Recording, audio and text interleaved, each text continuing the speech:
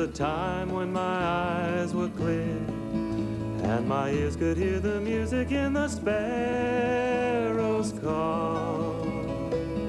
Didn't matter at all, the time went by like a wheel that never slowed as our memories grew old.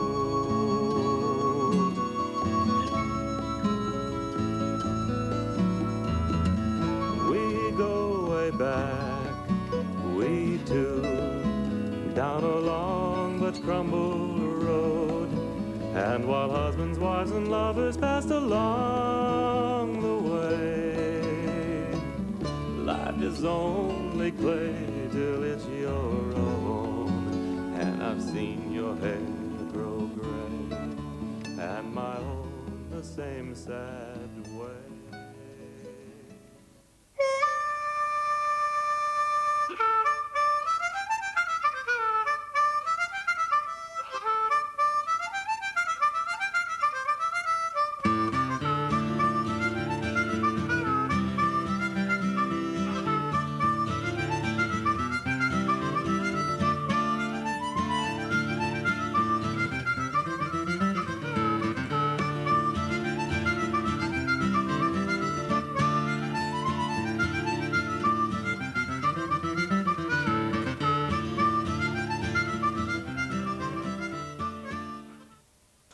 We're here today at Alan Bates' house in not Wilmington, Delaware. We call it Hockessin.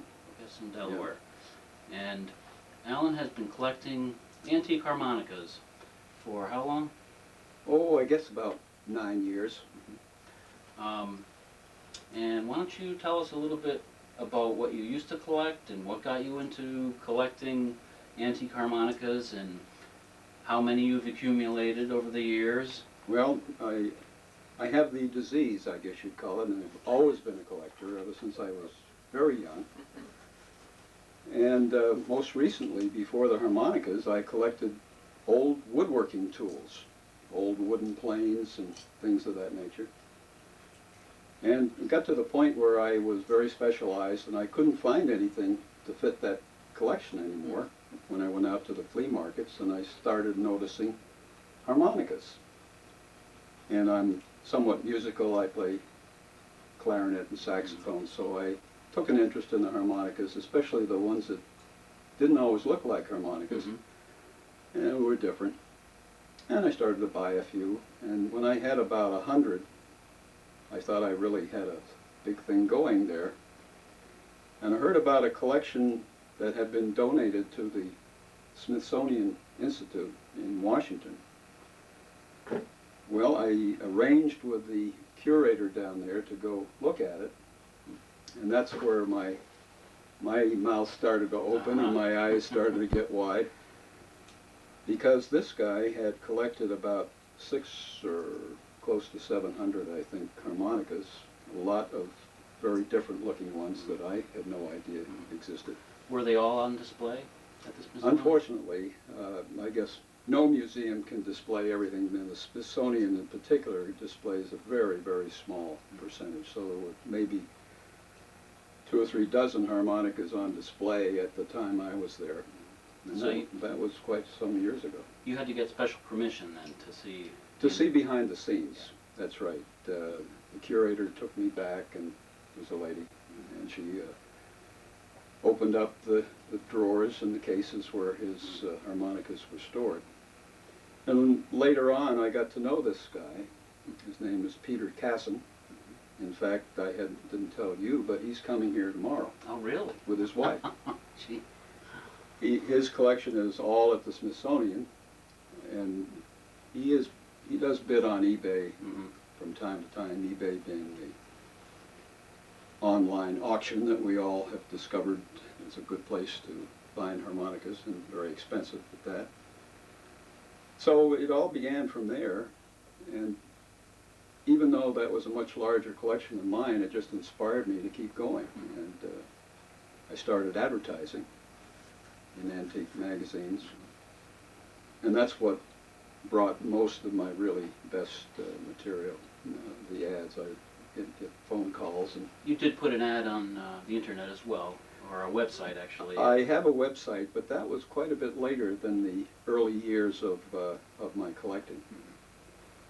But I would advertise in, at one point I think I had ads in 6 or 8 different antique publications that were either weekly or monthly. Would you say you found most of your harmonicas in the U.S.? Yes, oh yes indeed. Yeah.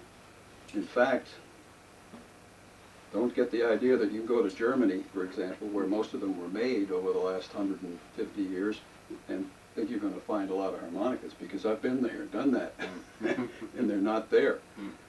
I was just amazed at the scarcity and lack of old harmonicas. Maybe World War II took care of a lot of them, I don't know. Possibly, or the families over there have preserved them and want to keep them in their family generations, etc., and don't want to sell them. But actually, over the years, the U.S. has been the market for German harmonicas.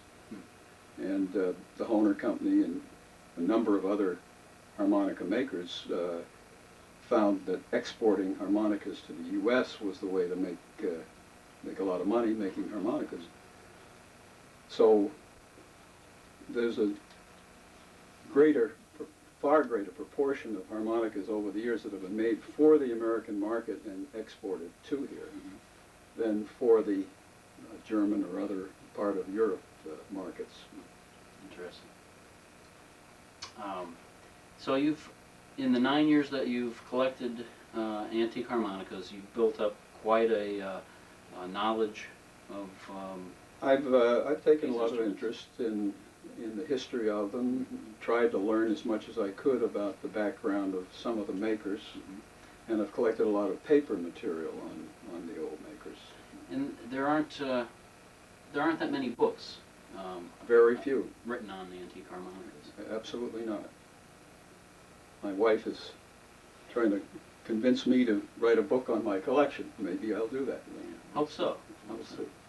Well, we're going to take some time here, and Alan is going to go through and sort of put together an historical and chronological documentary on from some of the earliest models and some of the various changes you'll see in design, etc., through to some of the more modern types. And from there, we'll see where that takes us. And I know what you have in mind. Okay. We thought we'd have a look at some of the unusual types of harmonicas I have, and I've got them stored in this old dental cabinet, which is ideal for displaying interesting models. Starting on the upper left is perhaps the most popular model of all that all collectors like to have. It's called the trumpet call, made by the Hohner Company, with 5 brass horns sticking out. Now, I think the harmonica makers ran out of names from time to time because Hohner made 2 other kinds of harmonicas and called them both trumpet call. This one you won't be able to see in detail, but there's an old man's face in the middle and there's 2 horns sticking out of the side of his mouth, and he has a beard, and that was referred to as the Oriental Beauty in some of the early catalogs. And there's another one here, also called the trumpet call, which has a couple of little wood nymphs, I call them, playing horns, and this horn sticking out on either side. It's a very fancy piece of brass stamping. And there's even a 4th trumpet call, which looks like an ordinary harmonica, so I don't have it on display. But Hohner put the same name on 4 different harmonicas. One of Hohner's big competitors back in the late 1800s and early 1900s was a firm named Andreas Koch. I probably haven't pronounced that correctly, but that's what I call it. He made one with 5 horns. In fact, he made 2 with 5 horns, trying to outdo Hohner, I'm sure. This one is somewhat similar to the trumpet call, but the horns come out in a different fashion. And this one has a cylindrical body to it. And believe it or not, the horns really don't do a thing for the harmonica. You can play it. Sounds like any other harmonica. I think if you cover them up, you may get a little wah-wah effect, but it's not worth the effort. So it was just all of these different designs and styles of harmonicas, I am absolutely convinced, had no other purpose than to sell more harmonicas. And they all sat around at the Hohner Company or the Koch Company or whatever it was and said, "Oh, how are we going to make it look different this year compared to last year so we can sell a few more harmonicas?" They made them looking like goldfish. This was made by the same maker as these horned harmonicas. This one looks like a banana. It's wood. It's a different maker called Bohm, B-O-H-M.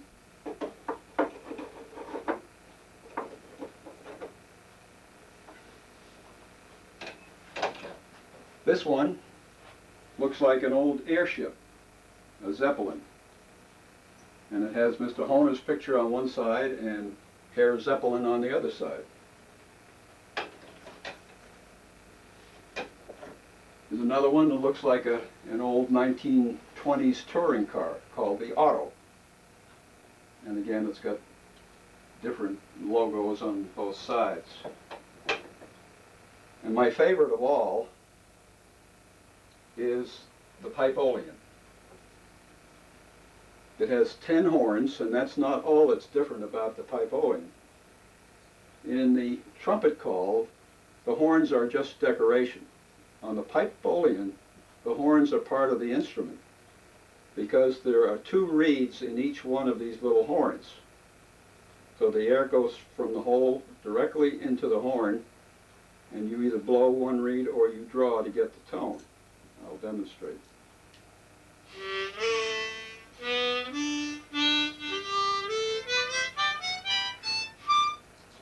And very clever design, those reeds can be removed from the horns to be worked on and repaired. This instrument has the original box with it, which is 10 times as rare as the instrument, and the instrument's pretty rare to begin with. On the next shelf down, there's a whole assembly of rather unusual instruments. 2 that were made by Hohner about the same time as the trumpet call, the airship, the Zeppelin, the auto. They were all made in the 20s, pretty much. These are called the chime wood. And instead of having a metal cover that covers up the reeds, it's made out of wood. So these were relatively fragile, and they didn't last long. As a result, you can't find the chime wood very often.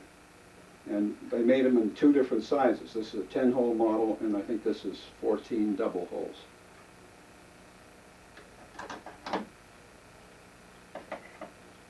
No, they came in strange little single horn shapes. I call this a resonator type, and a little later we'll see some other resonators. Those are larger ones. This is a small one. You can get a little wah-wah on these.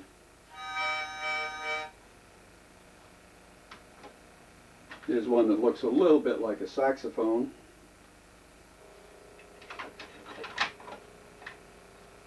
Then well-known characters got their names on harmonicas. This is Bobby Breen, who was a well-known radio and stage entertainer that played the harmonica in the 30s.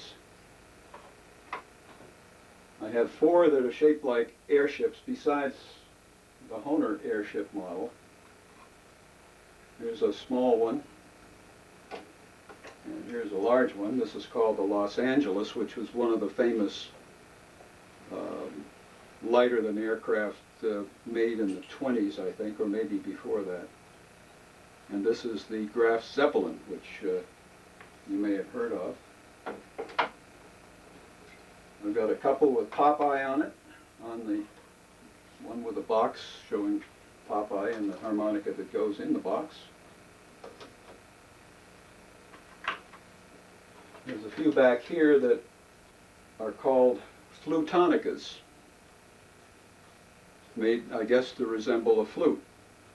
But it's nothing but a 10-hole harmonica embedded in a cylindrical outer casing. I could go on, but those are some of the most interesting ones on that level.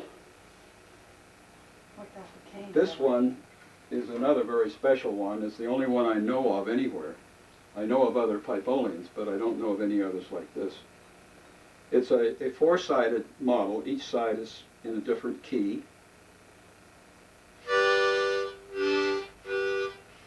Forget whether it's tremolo tuned or... No, it's not either. It's just diatonically tuned. And just 10 holes in each harmonica. But you can get a wah-wah on this. Not very prominent. It has the original box, which again is very hard to find for some of these old harmonicas. The rest of the drawers have more ordinary looking instruments in them. But to me, some of them are more than ordinary because they're so early. You can tell by the styles and from old pictures and catalog illustrations that ones of this sort were made probably 1885, 1890 in that time frame.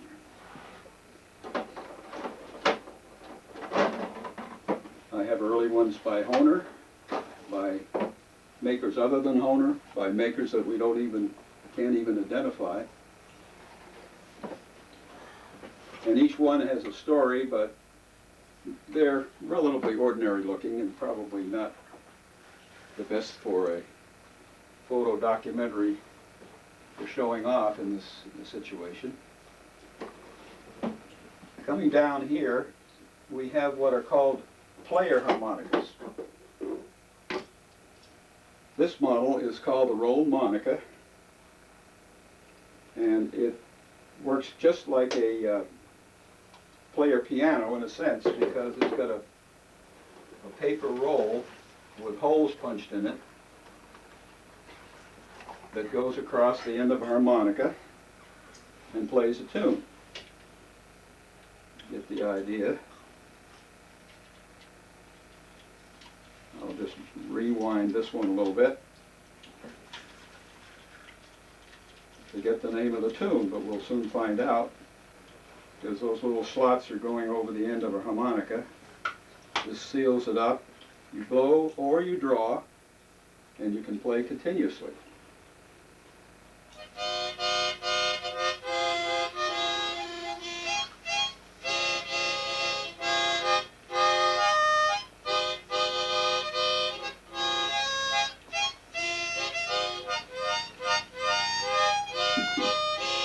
Oh, I think that's Listen to Mockingbird. Didn't sound much like it.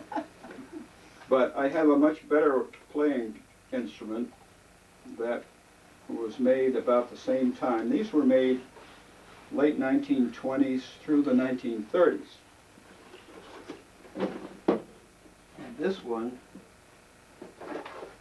also was made in that same period. And it's called the Play-Rolla organ. And it's got a lithographed picture of an organ on the top. And it opens up. Same idea. But this tune, I guarantee you'll recognize. So we'll wind it back to the beginning. Much better sound.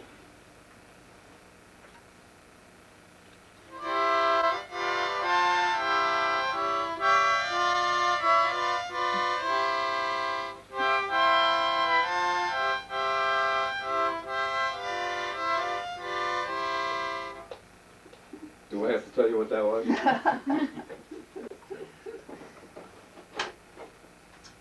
We know. The Roll Monica company actually made a chromatic model. I won't bother to get it out, but it has more notes on it, and it can play little trills and runs that the regular roll monica can't, but it's hard to find rolls for that one.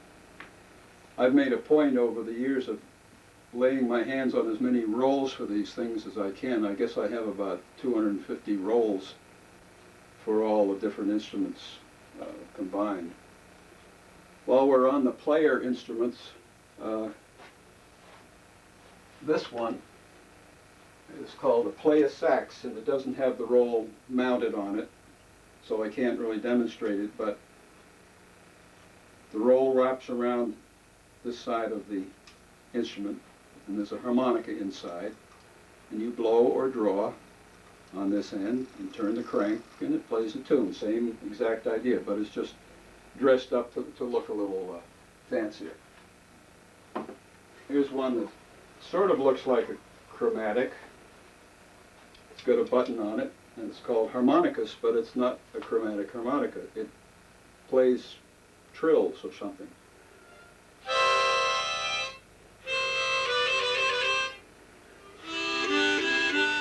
Or chord changes, I guess is what it is.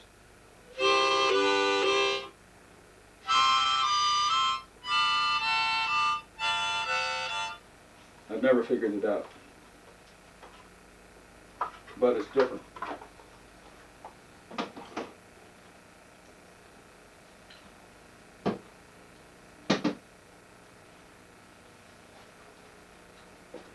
We'll see some later that have horns mounted on the outside and conical fashion, but this one, you could buy the cone and put your own harmonica in it. This one has a marine band harmonica stuck in the side of it. Definitely to get the wah-wah effect and a projection. And I guess you stand sideways to your audience while you're playing it.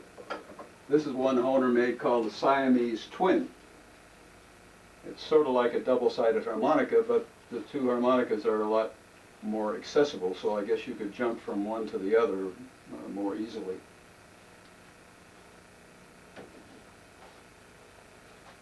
These instruments up here are mostly toy instruments, except for this.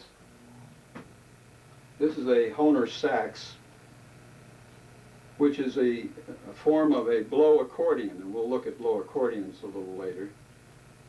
But it plays scales over a good range.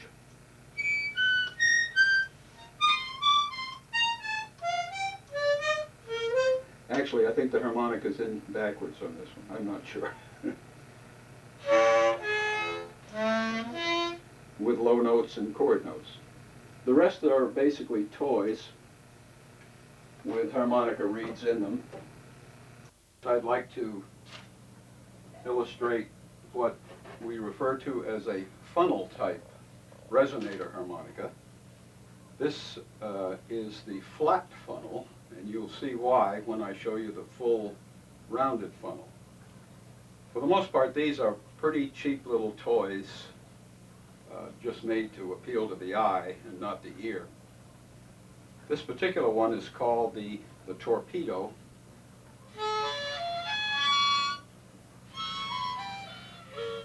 Has 10 notes, 10 reeds that play, but not very well. You get a little bit of a wah-wah effect. And it's fairly early. If you notice the lettering on it, the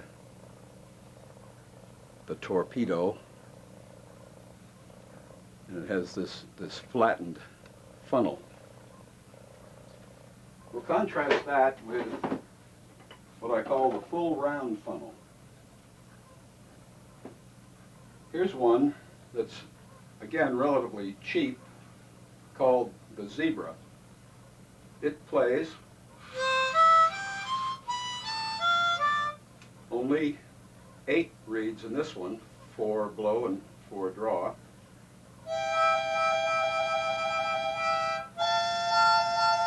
And you get a fairly good wah-wah effect. And this one offers a little dividend.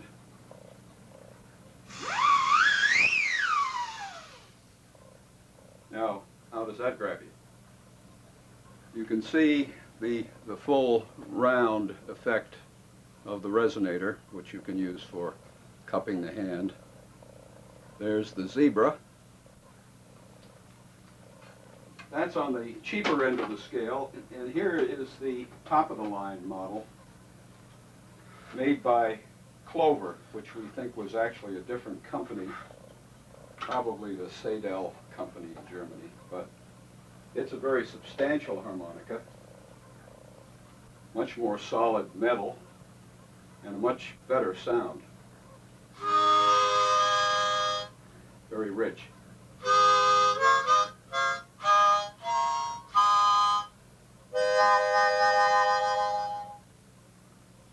You can see the full round on the resonator. And this is a Clover number 1, with its original box and label on the end. The Clover harmonophone number 1.